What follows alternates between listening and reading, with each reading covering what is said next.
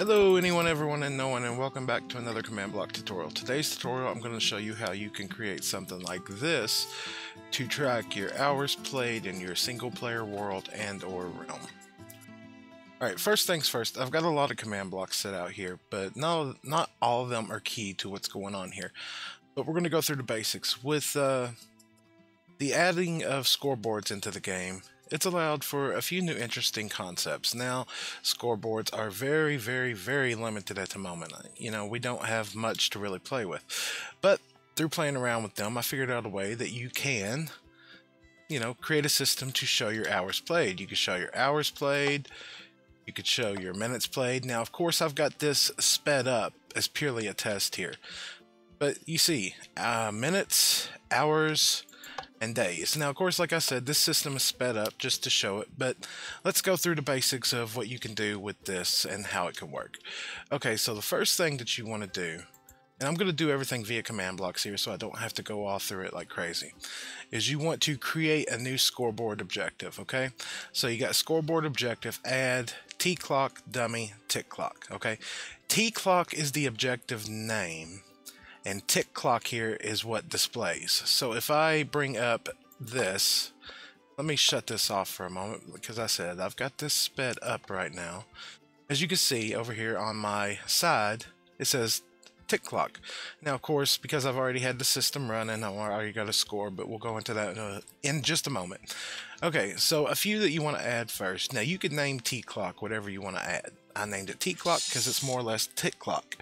You know, it fires off 20 times a second. Every game tick, it adds to the objective score. Alright, so I've also added one that says minutes. Scoreboard objective, add minutes, dummy, and then the title is minutes played. And so on and so forth down the list. I'll bring up each one here so that you can see. You're more than welcome to pause the video, figure out what's going on. Same thing, scoreboard objectives, add. The name is objectives, dummy, and the display name is hours played.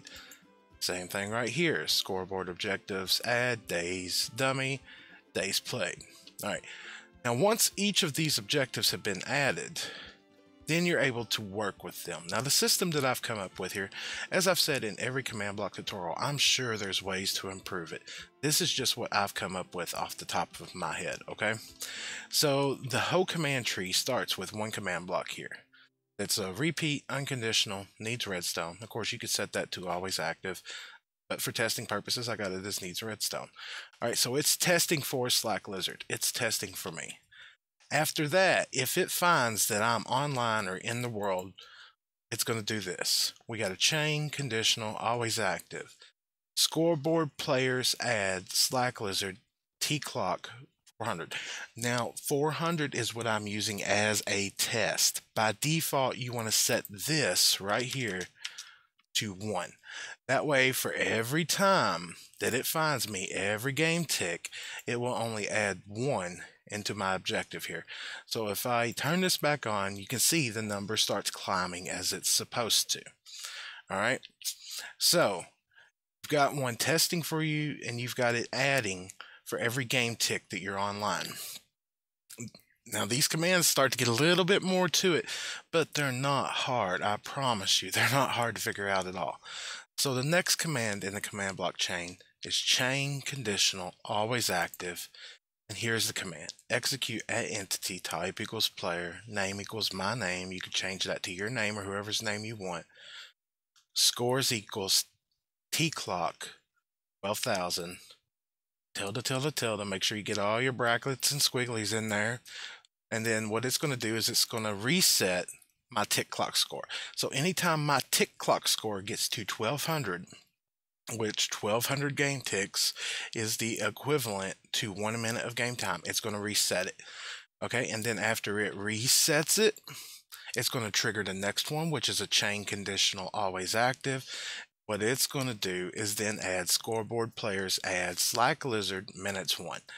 So every time that this command block reaches 1200, it's going to reset my 1200 back to 0, and it's going to add 1 into my minutes display. So if I come over here, just for visualization, like scoreboard objectives, set display, sidebar, T-clock. So when I click that, right here on my right hand screen, as you can see, the tick clock is going up. We're quickly approaching the 1200 mark, so it's going to reset. You saw there. When it reset, now I've done the same thing here. Scoreboard objective, set display, sidebar, minutes. So if I turn this one on, I can view my minutes. As you see, they're at 16 now.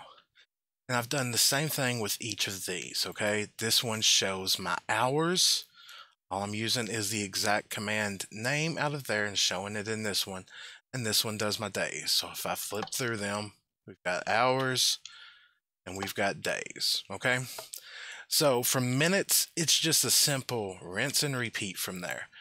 It's now going to do the next command block, of chain conditional always active. So when this one activates, it's going to check the next one to see if it can go off.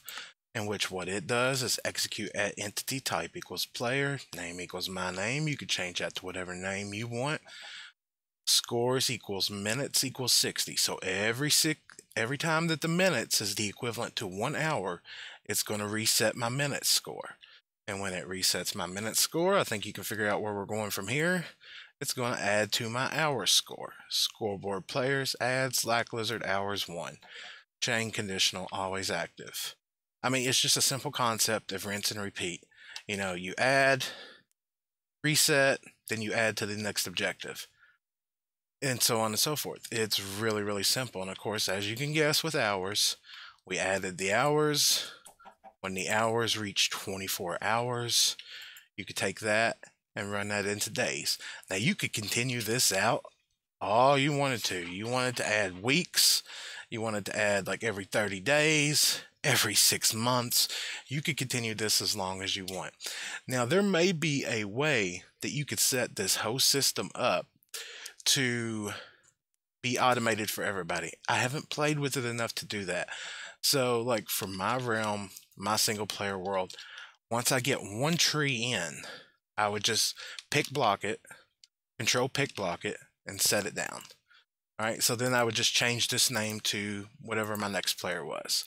And so on and so forth. I just copy over, change the player name to the next player.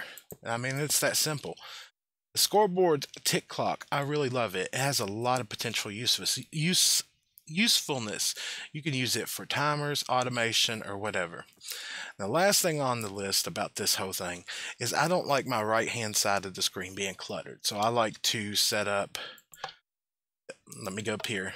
Now what this is here, because there's an objective on my right hand side of the screen, I'm creating a new scoreboard objective called dummy, or called clear, sorry.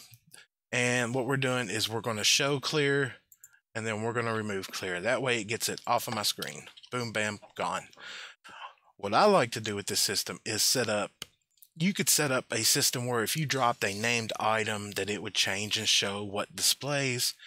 I like to create, like I call a scoreboard room on my realm, where anybody can go there and they can check their scoreboard. So like if somebody gets on, they haven't been here for weeks or months, they can go over here and just push a button and boom, they can see how many minutes they've played.